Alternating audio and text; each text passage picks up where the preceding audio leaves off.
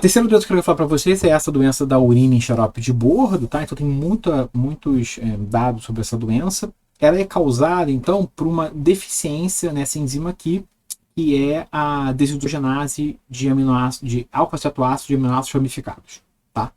Então, quando você não tem essa enzima aqui, o que acontece? Você consegue quebrar os aminoácidos ramificados, então valina, isoleucina e leucina. Eles são degradados no seu alfa-cetoácidos ramificados, mas eles não conseguem ser degradados mais para serem degradados via ciclo de Krebs, tá? Então você tem um acúmulo desses intermediários aqui, desses alfa-cetoácidos ramificados, e também dos aminoácidos ramificados também acumulam, tá? E isso causa problemas, né, que eu vou mostrar para frente para vocês.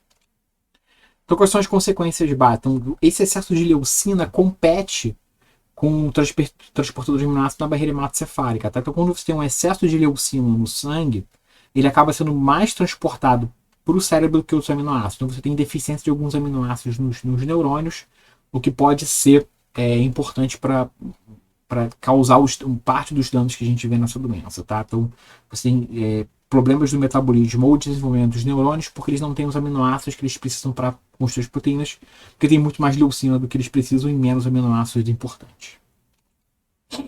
Além disso, tem várias outras consequências, tá? Então, você tem um aumento do estresse oxidativo, tá? Então, nesse trabalho aqui, tá vendo a quantidade morte celular, tá?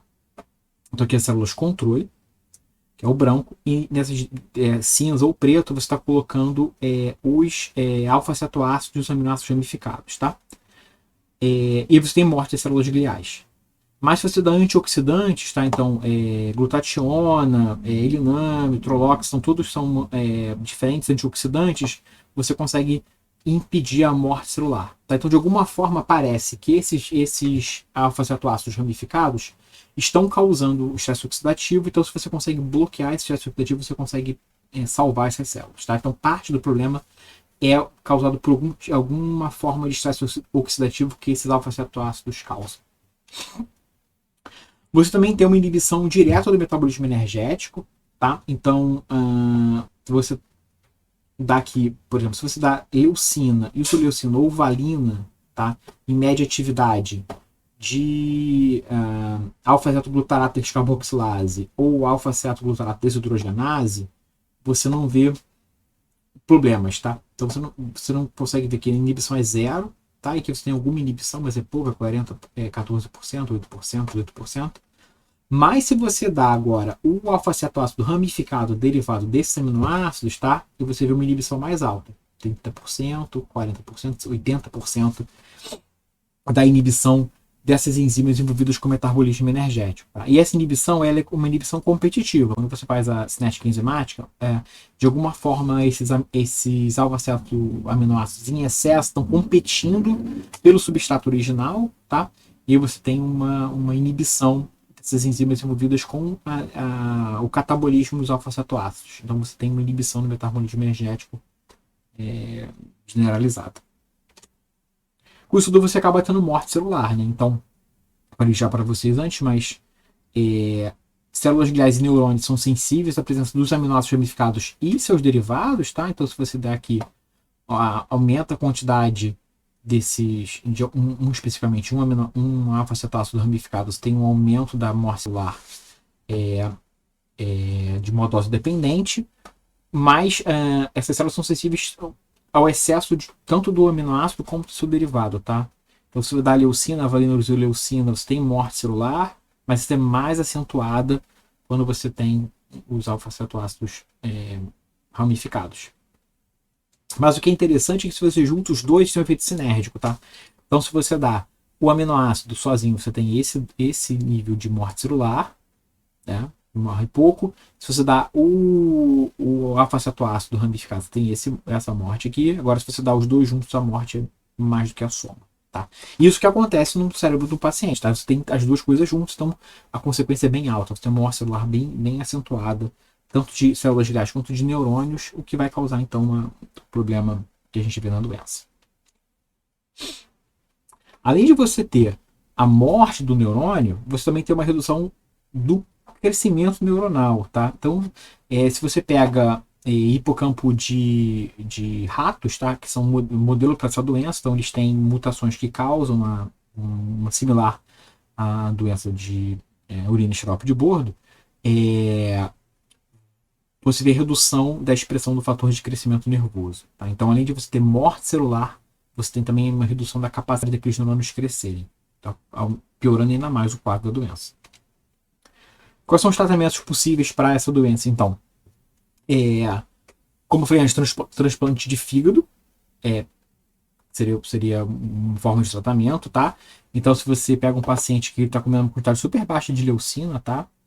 E você tem que os níveis de aminoácidos ramificados são super altos no plasma, você faz um transplante de fígado e você basicamente consegue regular isso, tá? Então os níveis ficam super estáveis e aqui você aumentou a quantidade da quantidade de leucina que esse cara está comendo mais de 10 vezes, tá?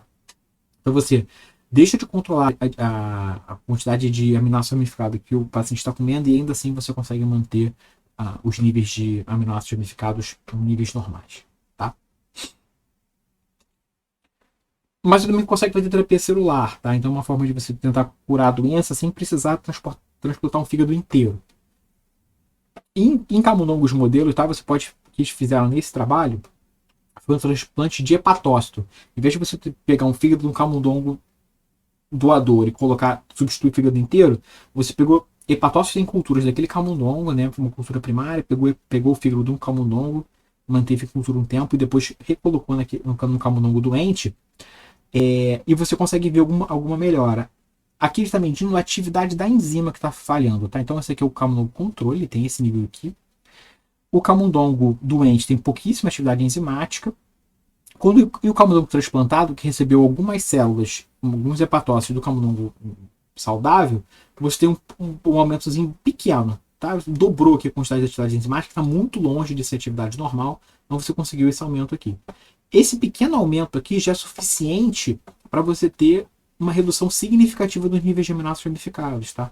Então, o camundongo doente tem esse nível, essa quantidade de aminoácido ramificado no sangue. Com esse pequeno aumento da atividade enzimática, você consegue reduzir bastante os níveis. Tá? Ele não volta a ser o nível normal. Você conseguiu uma redução bastante significativa dos níveis de aminoácido. Isso é o suficiente para você corrigir parte dos sintomas, tá? Então, o camundongo aqui, ele ganha peso, tá? Então, ele é mais pesadinho, tá? Mais saudável do que um pouco mais saudável do que o camundongo controle. E você consegue aumentar muito a sobrevivência. Tá? Então os camundongos aqui, depois que eles nascem, quando eles não são tratados, eles morrem, todos morrem depois de 20 dias. E aqui depois de 40 dias ainda tem 70% dos camundongos já estão vivos, os que foram transplantados. Então você aumenta a sobrevivência do camundongo. Outras células também têm capacidade de degradação de aminoácido ramificado, não é só o fígado nesse caso. Então, se você faz transplante de células tronco placentárias, você consegue ter um efeito parecido com o transporte de hepatócitos prontos, tá? Então, aqui de novo, você aumenta a sobrevivência e o ganho de peso dos animais. Então, o camundongo doente, ele morre em menos de 30 dias, tá? Mas os camundongos que foram transplantados, que receberam transplante de células tronco, também tem um aumento da sobrevivência, também tem um aumento de peso, tá? Então o camundongo que morreu rapidamente, esse que está vivo e tem um peso menor, mas bem parecido com o camundongo controle. E de novo, a atividade da enzima não é muito aumentada, tá? Então você olha o camundongo que tem atividade aqui 100%, camundongo controle, o camundongo doente, ele tem tipo 5% da atividade do controle, e os camundongos que foram transplantados têm um aumento de mais ou menos 2 a 3 vezes, aí chegam próximos de 15% do controle. Ter 15% da atividade já é o suficiente para você aumentar a sobrevivência e aumentar o peso. Então você não precisa ter 100% da atividade de novo, basta um pequeno aumento é o suficiente para você evitar os sintomas. Tá? E o que é interessante também é que você não precisa botar nem hepatócito nem célula tronco. Outras células também têm capacidade de degradar os aminoácidos, entre elas os hepatócitos. Tá? Então se você faz um transplante de hepatócito, que é muito mais fácil de conseguir do que de fígado, tá? Você consegue reduzir camundongos que receberam, camundongos doentes que receberam tecido adiposo branco, hepatócitos brancos, de camundongos selvagens, tem uma redução bastante significativa dos níveis de aminoácidos ramificados no plasma. Então, terapia celular é um tratamento interessante de se pensar para essa doença especificamente. Um outro tratamento é o tratamento nutricional, tá? Que é um pouco complicado porque os aminoácidos ramificados são essenciais, então você não pode cortar totalmente. mas tem muita gente atrás de fórmulas específicas para recém-nascidos em que você consiga controlar a dieta melhor, tá? Então, nesse trabalho aqui, eles têm uma fórmula experimental, tá? Então aqui eu contém no leite humano, tá? De quantidade de aminoácidos e de ácidos graxos essenciais. E aqui na fórmula que estava sendo estudada, tá? Então, de um modo geral, eles têm mais proteína, tá? Mais aminoácidos não ramificados. Tá tentando um excesso de aminoácidos mais ramificados para tentar combater esse excesso de aminoácidos ramificado, tá? Tem mais ácidos graxos essenciais e mais minerais do que o leite materno, tá? Então, a ideia era você dar para as crianças que têm essa doença essa fórmula no lugar do leite e ver quais modificações você conseguia ver no plasma e na quantidade de aminoácidos sendo absorvidos pelo cérebro. Então, quando você dá a fórmula, então aqui você tem aqui os controles, tá? Então aqui o quanto tem de aminoácidos no plasma e o quanto foi calculado que o cérebro estava captando, né, pegando desses aminoácidos. Aqui 11 pacientes com a doença e aqui no baseline, tá? Então, como ele era antes e aqui depois que estavam usando a fórmula, tá? Então, de modo geral, quando você dá a fórmula, você tem uma redução dos níveis plasmáticos dos aminoácidos ramificados, tá? Então, leucina, isoleucina e valina estão diminuídos quando você dá a fórmula. Então, você está só dando a fórmula, você está conseguindo reduzir a quantidade de aminoácidos ramificados. Você aumentou os níveis plasmáticos dos outros aminoácidos, tá? Então, os outros aminoácidos, fenilalanina, triptofano, tirosina, todos eles estão mais aumentados do que era antes, de modo geral. Alguns não têm diferença, tidiniglutamina não tem. Nós temos aumento de metionina, de treonina, de tirosina, de triptofano e de fenilalanina. E o que é legal também é que você consegue reduzir a captação cerebral de isoleucina e vanina, tá? Então o cérebro está pegando menos desses aminoácidos ramificados, que é um problema, vocês lembrarem que eu falei no começo. Esse excesso de leucina faz com que ela seja muito captada e você tem uma redução da captação de aminoácidos não ramificados. Então você tem uma redução da captação de aminoácidos ramificados e um aumento da captação de outros aminoácidos. Triptofano tem captação aumentada, metionina tem a captação aumentada e treonina tem a captação aumentada. Então você está conseguindo com essa fórmula reduzir o problema, então reduz o nível de aminoácidos ramificados e a sua captação e aumenta os níveis de aminoácidos não ramificados e a captação deles também. Pensando nesse problema que a leucina tem de interferir com a captação de aminoácidos, você pode tentar uma forma de inibir o transporte de leucina para o cérebro. Tá? Então, você tem um tratamento que é a norleucina, que é um inibidor do transporte de aminoácidos da barreira hematocefálica. Então, vai especificamente reduzir o transporte de alguns aminoácidos do sangue para o cérebro em leucina, por exemplo. Tá? Então, a ideia é você tentar evitar que o excesso de leucina entre no cérebro. E que você tem um camundongo modelo para a doença da urina em xarope de bordo, tá? E aí quando você o camundongo, então, que está comendo tem essa doença, come uma dieta rica em proteína, ele morre rapidamente, então 3 dias já morreu todo mundo. Os que estão comendo poucos aminoácidos ramificados sobrevivem, e os que estão comendo mesmo muito aminoácido de modo geral, mas estão recebendo esses inibidores, você tem um aumento da sobrevivência. Não fica igual ao controle, mas você tem um aumento da sobrevivência, tá? Então a norleucina aumenta a sobrevida dos camundongos. Você tem uma melhora das funções neuromotoras, está aqui medida por um score neurológico e aqui por teste de ficar pendurado na jaula, na gaiola. Não sei se vocês já tiveram um hamster ou camundongo, já viram, eles gostam de ficar pendurados de cabeça para baixo. Isso é uma forma de você conseguir medir a força neuromotora dele, se ele consegue, quanto tempo ele consegue ficar agarrado de cabeça para baixo. Os camundongos doentes, eles não conseguem ficar pendurados muito tempo, e os outros ficam mais, então você tem um aumento da força neuromotora de modo geral. E se você mede vários componentes presentes no cérebro do camundongo, você vê várias mudanças quando você trata ele por neuroleucina. Então, primeiro, você tem uma redução de leucina, tá? que é importante, uma redução de leucina e do seu alfa-cetoácido, que está aqui. Você tem uma redução de outros aminoácidos também, então, que estão aumentados. Então, lisina estava aumentada, você tem uma redução. Alanina estava aumentada, você tem uma redução. E você tem uma redução de alfa-cetoglutarato no cérebro também. Por outro lado, você consegue corrigir outros aminoácidos estavam diminuídos. Então, por exemplo, você tem um aumento de glutamato, ele estava baixo no camundongo doente, você tem um aumento de glutamato. Você tem um aumento de aspartato, um aumento de GABA e um aumento de piruvato. Então você consegue acabar corrigindo, pelo menos parcialmente, concentrações de aminoácidos, derivados de aminoácidos e de neurotransmissores no cérebro desse camundongo. Uma outra forma de regular importante é a desidrogenase de alfa-cetoácidos ramificados, ela é regulada por fosforilação. Tá? Então, quando ela está defosforilada, ela está ativa. Quando ela está fosforilada, ela está inativa.